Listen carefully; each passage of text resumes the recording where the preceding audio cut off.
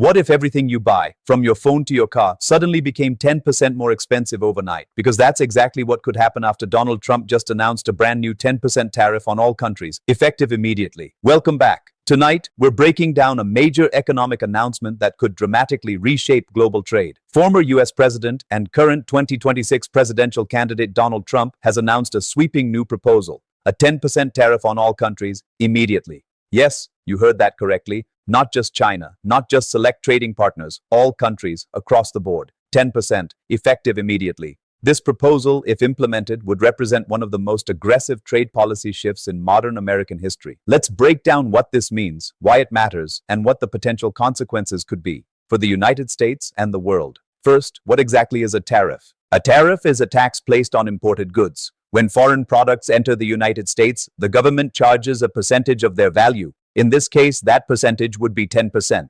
Companies that import goods into the US pay the tariff. In many cases, those companies then pass the added cost on to consumers through higher prices.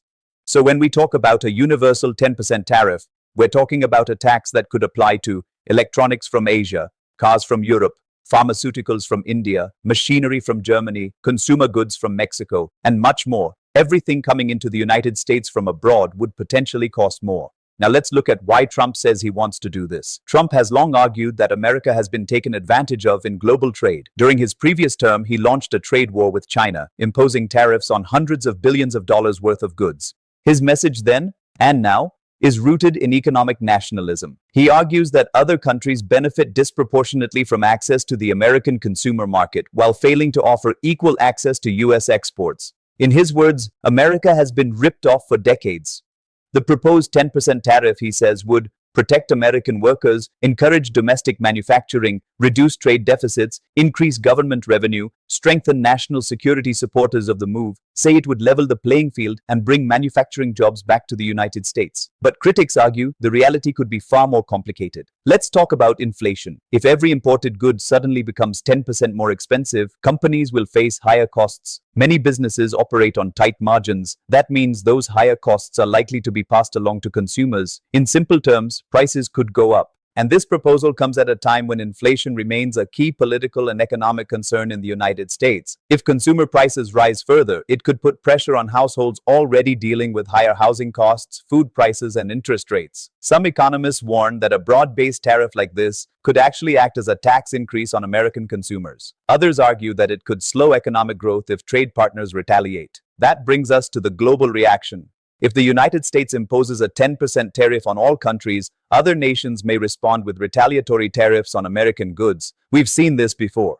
During the US-China trade conflict in Trump's first term, both sides imposed tariffs on each other's products. American farmers were hit hard when China reduced purchases of US agricultural exports. If a universal tariff is implemented, retaliation could come from the European Union, China, Canada, Mexico, Japan, and many other key trading partners. This could escalate into a broader global trade dispute.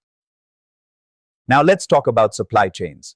In today's economy, production is highly interconnected. A car assembled in the United States may contain parts from Mexico, electronics from South Korea, steel from Canada, and software components developed in Europe.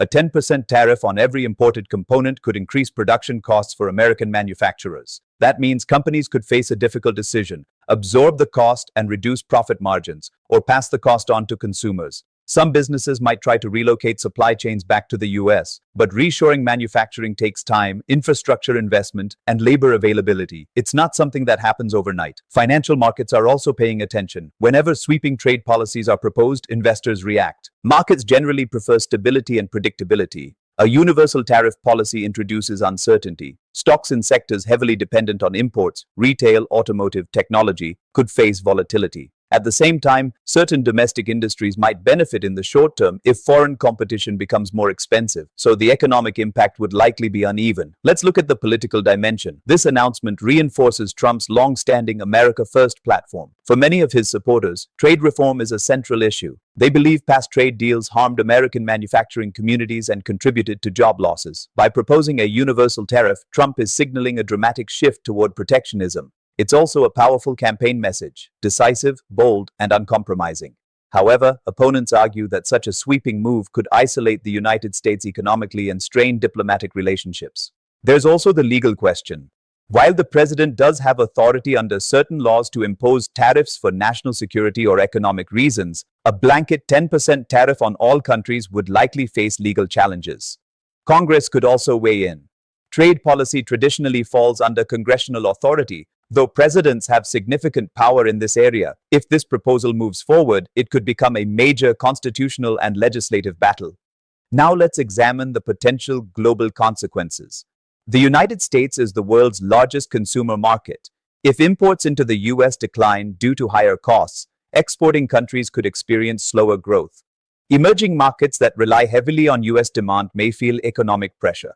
Global GDP growth could slow if trade tensions escalate. On the other hand, some analysts argue that a 10% tariff is relatively moderate compared to past tariff spikes in history.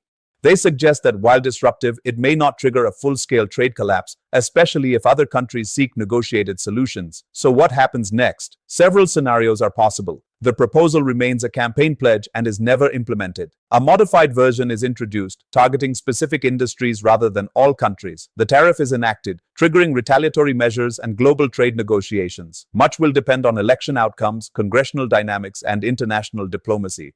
One thing is clear, this announcement has reignited the debate over globalization, trade fairness, and economic sovereignty. At its core, the issue is philosophical. Should the United States prioritize free trade and global integration, or should it prioritize domestic industry protection, even at the cost of higher prices? There are strong arguments on both sides. History shows that trade policy can reshape economies for decades. If implemented, this 10% universal tariff could mark a turning point in American economic policy, potentially redefining the country's role in global commerce. For now, businesses, investors, foreign governments, and voters are watching closely. Because if this policy moves from announcement to action, the ripple effects will be felt far beyond Washington. The big question remains, would this move strengthen America's economy or spark a new era of global trade conflict? Only time will tell. Stay tuned for continuing coverage.